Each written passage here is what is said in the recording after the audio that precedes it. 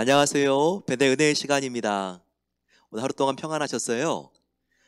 이제 우리가 배대 비전센터 입당을 준비하면서 우리가 건물을 다 완공하는 것도 중요하지만 그 안에서 앞으로 일어나야 될 생명의 사역들이 참 중요합니다.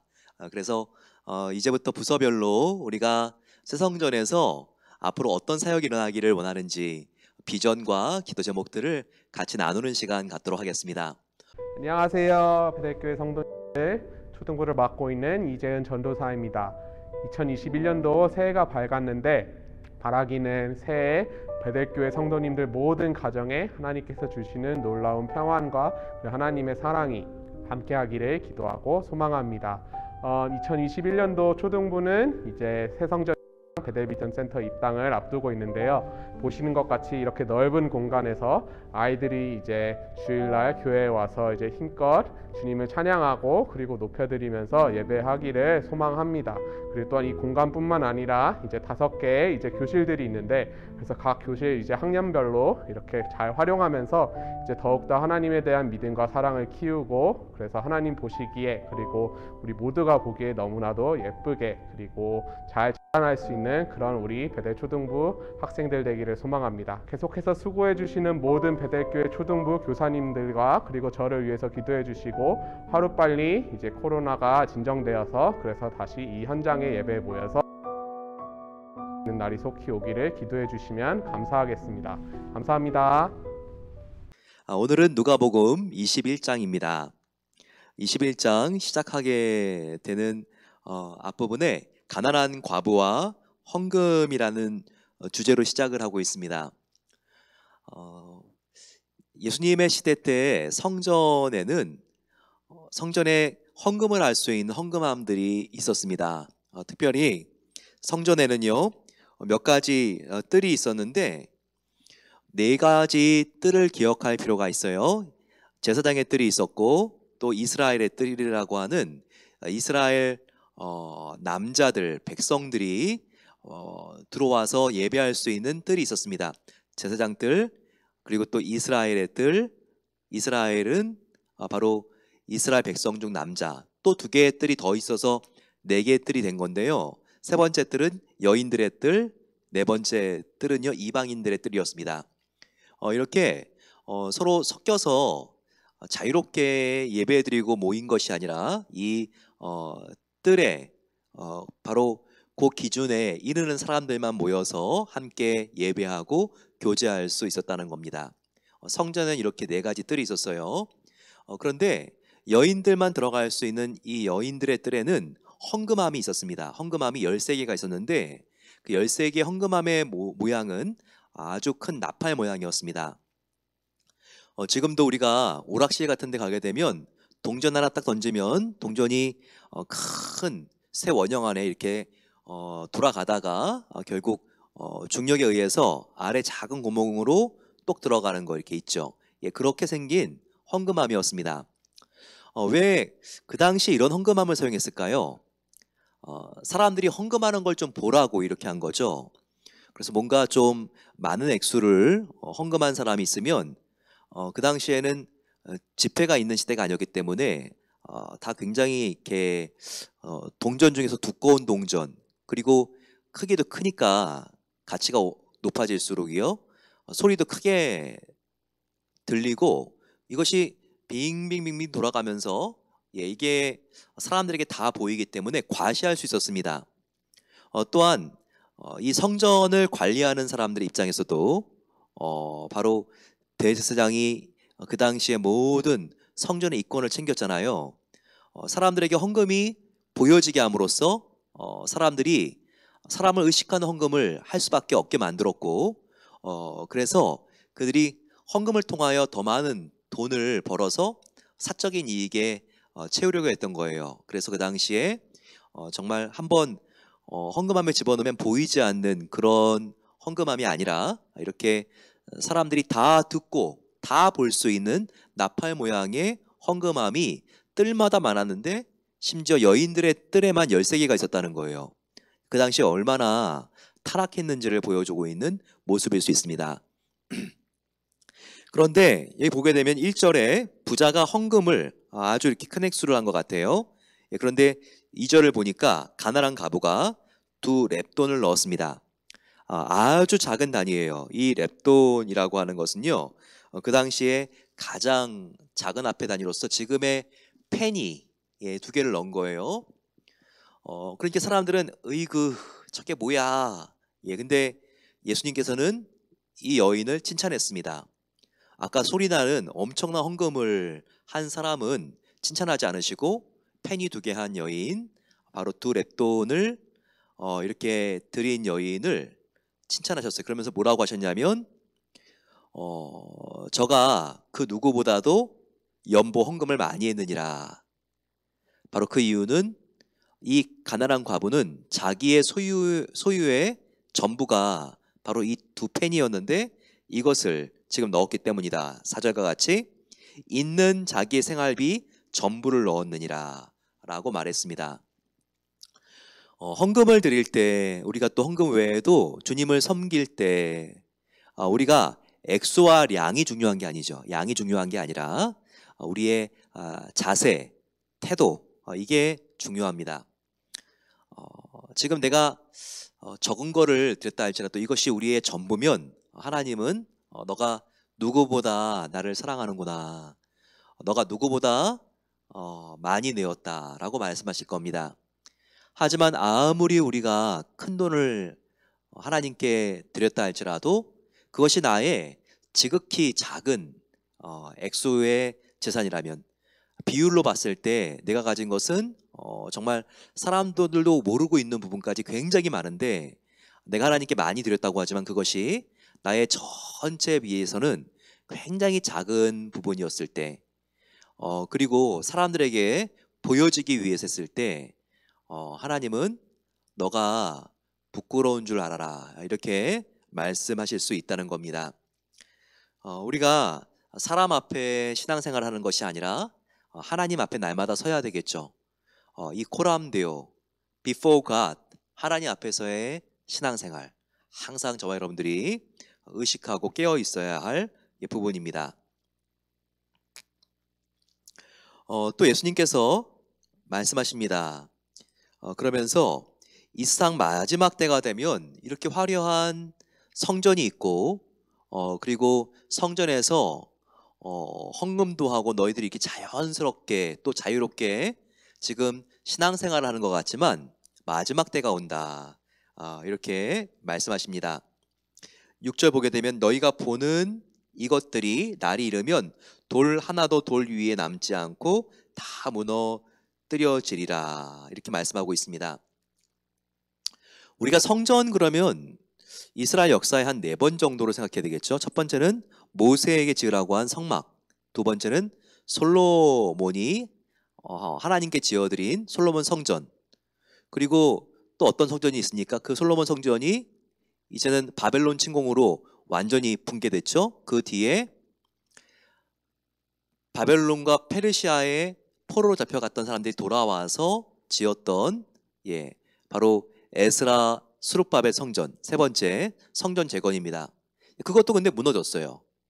그러자 예수님 그 시대 때 헤롯이라고 하는 아주 악한 황제가 유대인들의 마음을 자기가 모으기 위해서, 자기의 정권의 정당성을, 명분을 만들기 위해서 성전을 지었습니다. 이것을 헤롯 성전이라고 하는데, 예수님 시대 때 지금 여기 보여지고 있는 성전이 헤롯 성전이에요. 그 헤롯 성전의 크기는 솔로몬 성전보다 더 컸다고 하니까 이게 얼마나 큰 규모인지 알 수 있겠죠. 그래서 헤롯도 은근히, 그리고 또 이스라엘 사람들도 우리 민족에게는 이런 성전이 있다, 굉장히 그것을 자랑스러워했습니다.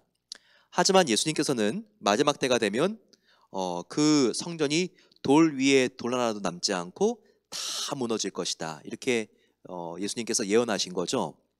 그 예언은 그로부터 약 40년 뒤에 성취가 됐죠. AD 70년에 로마 장군 티투스가 유대인들의 반란을 진압하기 위해서 왔을 때 바로 예루살렘 성과 헤롯 성전을 다 무너뜨려 버렸습니다. 그때 정말 돌 위에 돌 하나도 남지 않고 모든 기둥들이 다 파괴가 되는 일이 일어나게 됐죠. 바로 예수님께서는 미래에 AD 70년쯤 되었을 때 이스라엘이 로마에 의해서 멸망당하는 마지막 날을 예언하신 것입니다. 또한 이것은 묵시문학이기 때문에 AD 70년은 벌써 지금으로부터 2000년 전이지만 앞으로 저와 여러분들도 경험하게 될 이상의 마지막 때, 그때의 모습도 예루살렘 성이 멸망당하는 것과 같이 아주 참혹하다는 거예요. 아주 잔인한 일이 있을 거라는 거예요. 그런 앞으로 우리가 경험해보지 못한 미래의 일도 예수님께서 비슷할 것이라고 같이 예언을 해주시는 장면입니다. 즉 지금부터 나오는 예수님의 마지막 때의 경고는 바로 그 예언한 시점으로부터 40년 뒤인 AD 70년뿐만 아니라 저와 여러분들이 경험할지 모르는 바로 이 세상의 지구의 종말의 때를 같이 예언해주고 있다는 것을 우리가 기억해야 합니다. 자, 그러면 마지막 때의 모습은 무엇입니까? 10절 11절 민족이 민족을, 나라가 나라를 대적하여 일어나겠고, 지금 그렇지 않습니까? 지금 미국이, 중국이, 러시아가, 일본이 정말 서로가 서로를 대적해서 지금 일어나고 있지 않습니까? 11절에 곳곳에 지진과 기근과 전염병이 있겠고, 매달 지진입니다. 우리가 코로나 때문에 의식하지 못해서 그렇지 지난주에도 인도네시아에서 엄청난 지진이 일어났죠. 지금 불의 골이라고 하는 이 지금 화산대 안에 마그마가 계속 들끓고 있어서 일본도 언제 지진이 일어날지 모르고, 또 이 미국의 서해안, 특히 캘리포니아 지역, 또 LA 지역 언제 지진이 일어날지 모르는 긴장 속에서 살고 있습니다. 또 기근, 얼마나 메뚜기 때가 지나가면서 많은 기근이 일어납니까? 전염병, 할 말 다 했죠.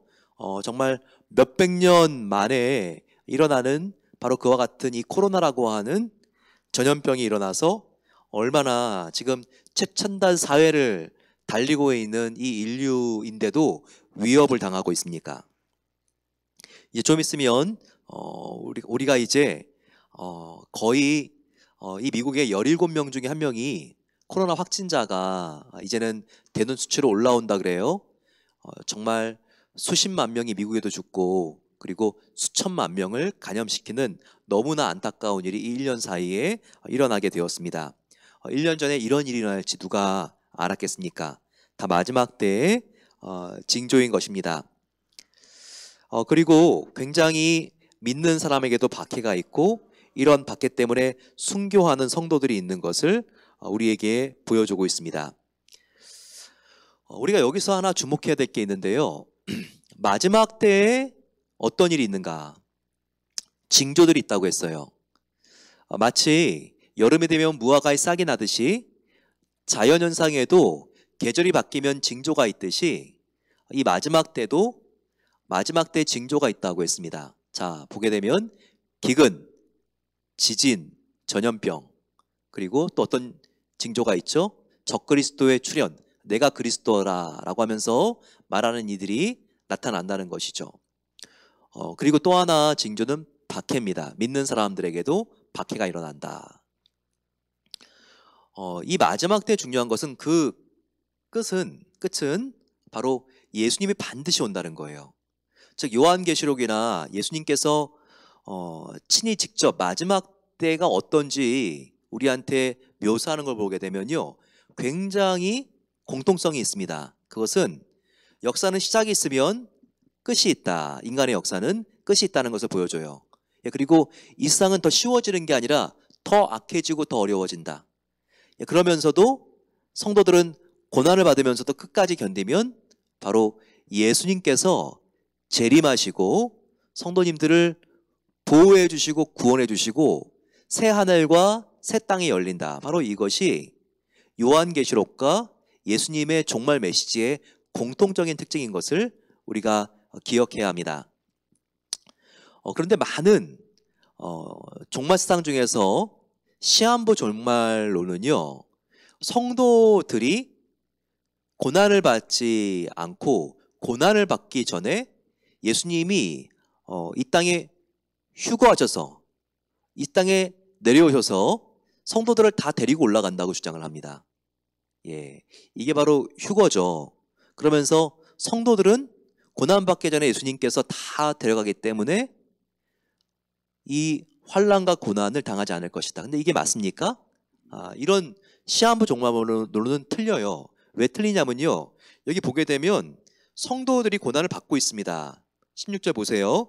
심지어 부모와 형제와 친척과 벗이 너희 성도를 넘겨주어 너희 성도 중에 몇 명을 죽이게 하겠고 또 너희가 내 이름으로 말미암아 모든 사람에게 미움을 받을 것이나. 성도들이 고난을 받지 않는다고 말하나요? 고난 받기 전에 예수님께서 데리고 가신다고 하시나요? 아니죠. 고난 받는다고 말하고 있어요. 우리 믿는 사람들도 고난을 받지만 끝까지 우리가 믿음을 지키고 우리가 주님을 배신하지 않고 배교하지 않아야지 주님께서 마지막 때에 우리 성도들을 지켜주시고 정말 이 땅에 재림을 해서 주님께서 영원한 천국으로 우리를 인도하신다. 이것이 동일한 메시지인 것을 기억해야 합니다. 그러면서 계속해서 예수님께서 이 마지막 때에 아주 급박한 심판이 있는 것을 23절과 같이 그때는 아기를 뵌 자들이 화가 있을지어다, 젖 먹이는 자들이 화가 있을지어다, 이렇게 예언하시죠. 그것은 바로 AD 70년의 로마 군대의 침략을 의미함과 동시에 또 우리가 아직 경험하지 못한 주님의 재림의 때도 이와 같이 아주 무서운 일이, 또 급박한 일이 있다는 것을 보여주고 있습니다. 또 25절에 아주 전 세계적인 믿는 자의 박해가 있을 뿐만 아니라 또 1월 성신, 이 천체에 있어서도 큰 변화가 일어난다는 것을 보여주고 있죠. 예수님이 이 땅에 아기 예수님으로 초림하셨을 때에도 하늘에 큰 별이 떴죠. 근데 이거와 비교가 되지 않는 정말 온 천체에 별이 떨어지고 그리고 또 이 해와 달에도 큰 변화가 생기는 그런 아주 기이한 현상들이 일어난다는 것을 여기서 보여주고 있습니다. 그러다가 이제는 eventually, finally 바로 예수님께서 오신다는 거예요. 재림하신다는 거예요. 이 땅에 아기 예수님으로 오셔서 공생애를 살고 다시 승천하신 바로 그 예수님은 이제 세컨드 커밍, 이제 두 번째로 다시 이제는 재림하신다. 이 재림이라는 게 두 번째라는 얘기 아닙니까? 재림, 세컨드죠. 세컨드 커밍. 그것이 어디 나와 있죠? 27절, 23절입니다. 그죠? 그때 사람들이 인자가 바로 예수님이 구름을 타고 능력과 큰 영광으로 오는 것을 보리라. 초림하신 처음으로 오신 예수님은 가장 가난한 모습으로, 가장 약한 어린 아기의 모습으로 오셨죠. 하지만 두 번째 오실 예수님은 신분이 다릅니다. 이 세상의 왕 중의 왕으로서, 온 세상을 다스리는 자로서, 바로 눈에 보이지 않는 천사들과 눈에 보이는 성도들을 다스리시는 정말 왕의 왕으로서 구름 타고 오는 것을 여기서 우리가 볼 수 있습니다. 그 날이 다가온다는 거예요. 우리가 그 날을 우리의 살아생전에 혹은 우리가 이 세상을 떠난 다음에 경험할지 모르지만 반드시 그 날은 있다는 것을 오늘 이 말씀이 보여주고 있습니다. 얼마나 주님께서 다시 오는 게 확실하냐면 33절에 천지는 없어지겠으나 내 말은 없어지지 아니하리라. 이렇게 예수님께서 컨펌을 해주시는 거예요. 그만큼 내가 오는 것은 확실하다. 그렇기 때문에 우리는 어떻게 살아야 됩니까? 아주 깨어 있어야 되죠. 너희는 스스로 조심하라. 그렇지 않으면 방탕함과 술 취함과 생활의 염려로 마음이 둔하여져서 너희들이 예수님 오는 것을 제대로 깨어 준비하지 못할 것이다 라고 말하고 있습니다. 자, 우리가 마음이 둔하여지면 깨어있지 못한다고 말하고 있는데 왜 마음이 둔하여진다고요? 여기 술 취함도 있고 방탕함도 있지만 그 다음에 나와 있는 것을 우리가 가볍게 생각하면 안 돼요. 바로 생활의 염려로. 자꾸 우리의 염려 걱정이 너무 커지게 되면요, 마음이 둔하여집니다. 너무 걱정하는 것도 우리가 예수님의 다시 오시는 것을 깨어 준비하지 못하는 걸림돌이 될 수 있다는 거예요. 그러니 우리가 지나치게 염려하면 안 됩니다. 바로 이 걱정은 뭐 때문에 생기죠? 일상의 문제로, 일상에 대한 나의 욕심이 이루어지지 않으면 어떻게 될까? 이런 것들로 생기거든요. 나의 자녀가 성공하지 못하면 어떡하나? 내가 정말 원하는 노후 생활이 되지 않으면 어떡하지? 하지만 이런 생활의 염려가 너무 커지게 되면 우리가 깨어있지 못하고 마음이 둔하게 되고요, 예수님의 재림을 제대로 준비하지 못합니다. 일상에 취해 누워 자고 있기 때문에 우리가 기름을 제대로 준비하지 못한 어리석은 처녀와 같이 되는 거죠. 그래서 다시 오실 주님을 우리가 제대로 맞지 못합니다. 따라서 36절과 같이 모든 일을 능히 피하고 인자 앞에 서도록 항상 기도하고 깨어 있으라. 바로 우리가 예수님 앞에 날마다 깨어 기도하도록 예수님께서 우리에게 도전하시고 우리에게 예수님께서 부탁하시는 것입니다. 정말 이 마지막 때가 다가오는 것 같습니다. 하지만 근심과 걱정 때문에 우리가 오히려 마음이 둔하여지면 안 되겠습니다. 우리가 내일이 일상의 마지막 날이라도 오늘 나는 한 그루의 사과나무를 심겠습니다. 이런 마음을 가지고 내가 서 있는 이곳, 이 시간 주님의 영광을 위하여 최선을 다하여 달려가겠습니다. 이 마음을 가지고 같이 나아가겠습니다. 그래서 하나님, 내가 영적으로 깨어 있을 수 있도록 도와주시옵소서. 같이 우리가 간절히 기도하겠습니다. 마지막 때에 여러 징조를 바라보면서 초조하지 않도록 도와주시고, 하지만 정말 평안을 가지고 깨어서 복음을 전하고 주님께서 하시고자 하시는 일, 그리고 또한 나에게 부탁하는 일을 내가 정말 신중하게 잘 감당할 수 있도록 도와주시옵소서. 아버지 하나님, 정말 가난한 가부와 같이 날마다 나의 시간과 물질과 나의 마음을 하나님께 드리기를 소망합니다. 사람들에게 보이기 위한 신앙생활이 아니라 하나님 앞에 항상 깨어있는 믿음을 가질 수 있도록 같이 한번 이 시간 주여 함께 부르면서 그 신앙이 정말 나의 신앙이 되게 해달라고 같이 구하겠습니다. 주여, 사랑의 아버지 하나님 감사합니다.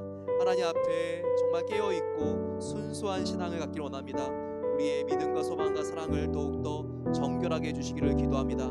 사람들에게 보이기 위해서 우리가 신앙생활하지 않도록 도와주시옵소서. 아버지 하나님 앞에서 날마다 코람데오의 신앙을 가지고 살기를 소망합니다. 하나님께서 오늘 나의 중심을 바라보십니다. 아버지, 나의 중심이 이 세상에 팔려있지 않도록 항상 하나님께 집중되어 있도록 하나님만 바라보며 나아가기를 기도합니다. 아버지 하나님, 마지막 때에 징조가 있다고 했습니다.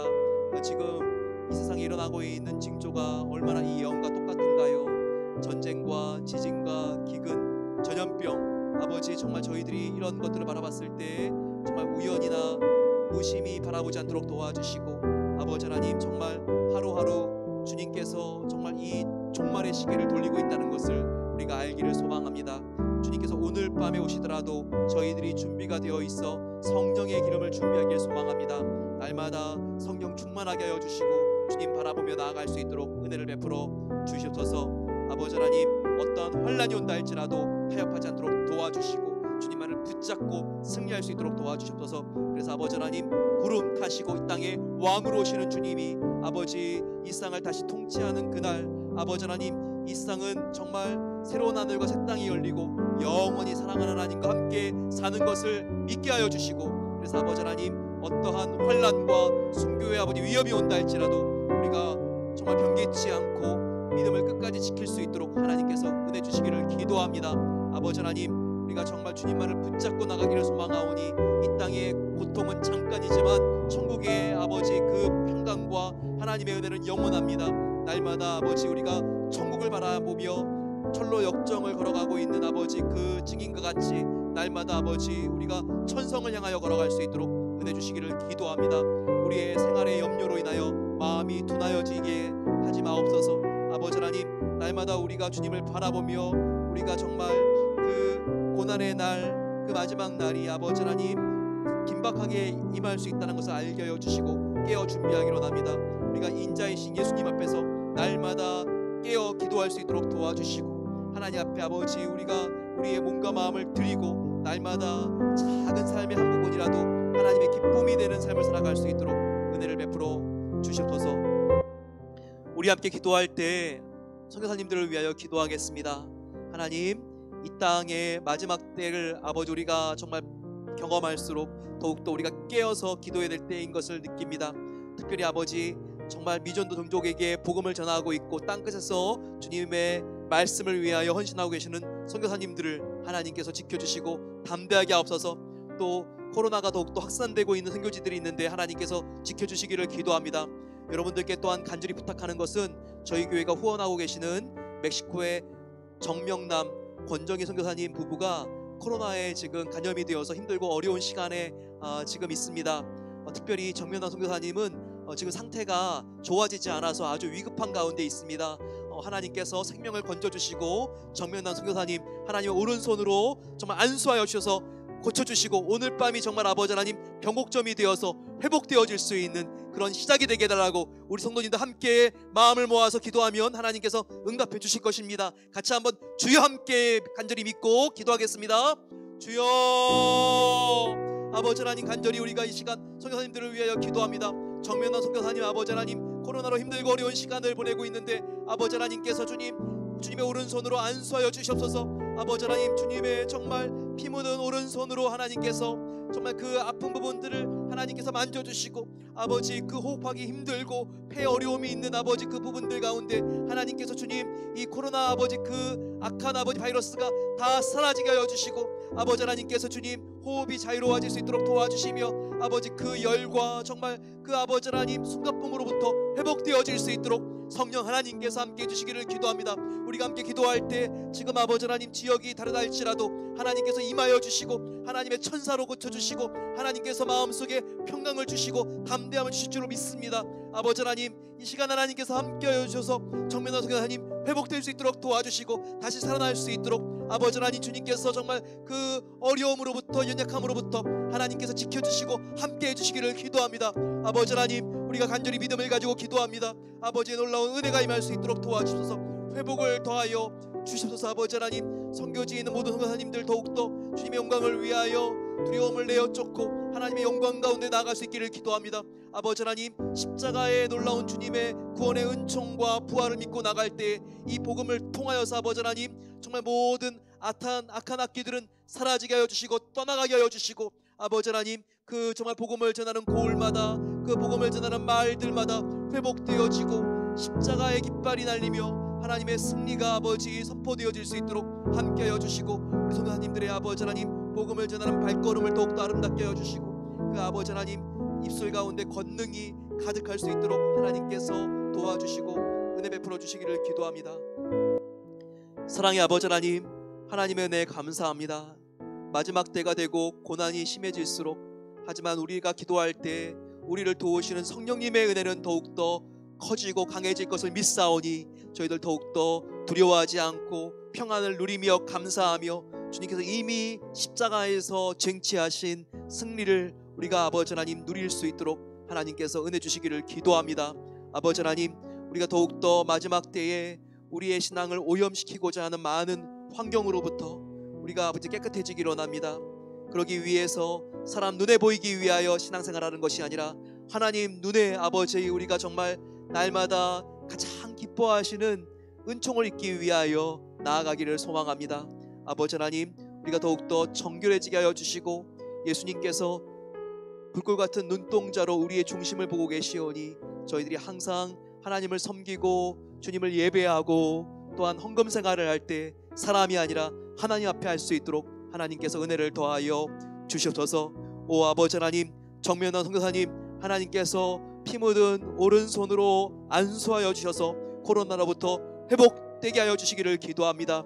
하나님 못하실 능력이 없는 하나님을 우리가 믿사오니 하나님께서 정말 우리 모든 성도님들의 기도를 받아주시고 그 어려운 자리로부터 회복되어지는 놀라운 은혜를 하나님께서 베풀어 주시옵소서.